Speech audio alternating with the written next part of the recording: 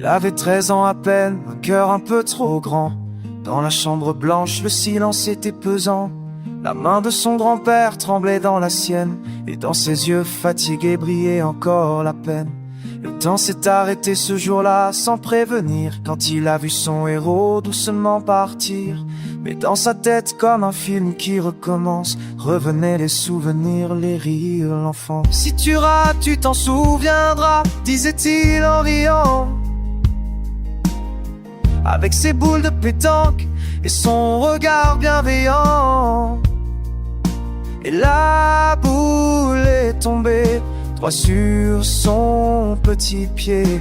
La douleur est passée, mais jamais il n'a oublié. Sous le soleil d'été, sur le gravier du jardin, il apprenait à jongler, à ne jamais lâcher rien. 1, 2, 3 dans les airs, maladroit, méfié. Le grand-père applaudissait, le cœur grand ouvert. Il aimait tous ses petits fils de la même façon, avec des mots simples, des gestes pleins de bonté. Un homme fait d'amour, de patience et de pardon. Un rire fort, une voix qui savait rassurer. Si tu rates, tu t'en souviendras, disait-il souvent. Et le garçon riait, même en boitant, pleurant.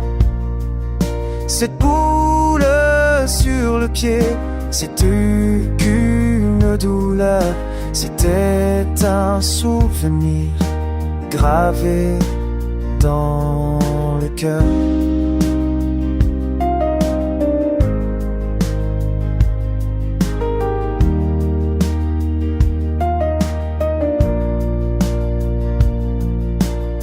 Puis un jour il est parti trop tôt, trop doucement. La maison est devenue vide, remplie de silence et de vent. Alors le petit garçon a fait un choix courageux. Il a quitté son enfance pour être moins malheureux. Il est allé vivre chez sa grand-mère sans bruit, pour qu'elle ne soit plus seule de jour comme de nuit.